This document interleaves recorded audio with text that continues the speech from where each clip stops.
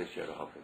خب خدمت شما عرض کنم که این داستان، این مصاحبه ما با این امریکا انعکاس فوق‌العاده پیدا کرده است در این عرض کنم که فیسبوک ها و بین دوستان از اطراف اکناف جهانم به ما زنگ زدن و خیلی تعجب کرده بودن از طریقی که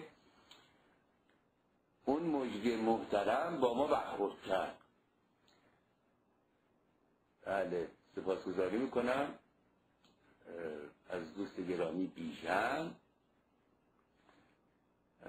که یک نامه نوشتن در فیسبوکشون گذاشتن و جوابهای بسیاری، اظهار نظرهای بسیار و سایت بالاترین گذاشته بود در صدر صفحه دیشب خودش در ارتباط با این که از که به ما توهین شده است. من به این قضایل بینی از این دید نگاه نمی کنم واقعا که حالا توهین شده است اینها، ولی این اتباعی که به خرج رفت در این مصاحبه در واقع ضعف کل این سیستم رو نشان میدهد که این دستگاه به این طول و عرض و این بودجه و اینها یک آدم دانایی ندارن که به امور وارد باشد و اونجا بگذارن که در واقع الفبای نخستین احترام میهمان است. آقا عرب میگوید اکرم الضیف ولو کان کافرا. بابا این دیگه بیابانهای عرب گفتن در نمیدونم در حجاز اکرم الضیف ولو کان کافر، یعنی اکرام کنیم، احترام کنیم به میهمان اگرچه کافر باشه. این مجری محترم پنداشی از ما به چی طلبکاره. حالا توجیه عرض میکنم پدر بزرگوار و محترم این خانم که یک روزی وزیر فرهنگ بود و بسیارم مشهور شد به دلایل بسیار، در روزگاری که ما تازه کار رو شروع کرده بودیم در انای تیوی بودیم و اینها، این مرد محترم به من بسیار محبت داشت و بسیار به من تلفن کرد و از من خواست که باش مصاحبه بکنم. میگفت فلانی من یک مطالبی هست که باید حتما من بگویم و بسیار دوست دارم در برنامه شما باشم. گفت آقای درخشش در چه ارتباط هست؟ گفت که من 2 تیپ میفرستم از این کاست های بزرگ، در واقع ویدیو تیپ، شما نگاه بکنید بعد با من مصاحبه. فرستادن دارم من هنوز اون چیزی که مرحوم درخشش فرستاد و متاسفانه نمیدونم سفری پیش آمد، عقب افتاد، گرفتاری شد، جابجایی شد و این مرد در واقع فوت شد و نشد. و حالا بعد از گذشت سالیان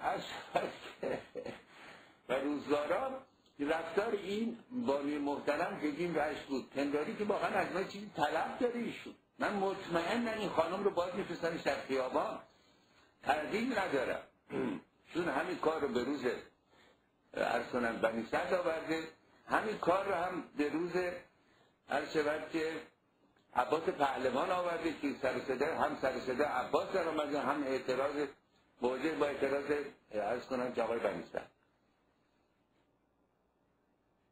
حالا شایعات هم هست که من وارد شایعاتش نمیشم، اما این خانم کارش رو بلد نیست، اطلاعات هم نداره، متاسفانه بی اطلاعه.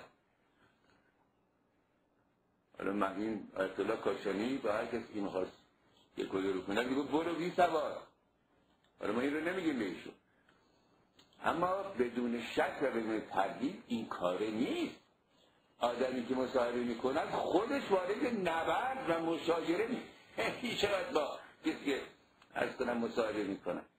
و این بار 13 بود که من دعوت میشدم به یوسف امریکا، 12 بارش با آقای باهارلو بود.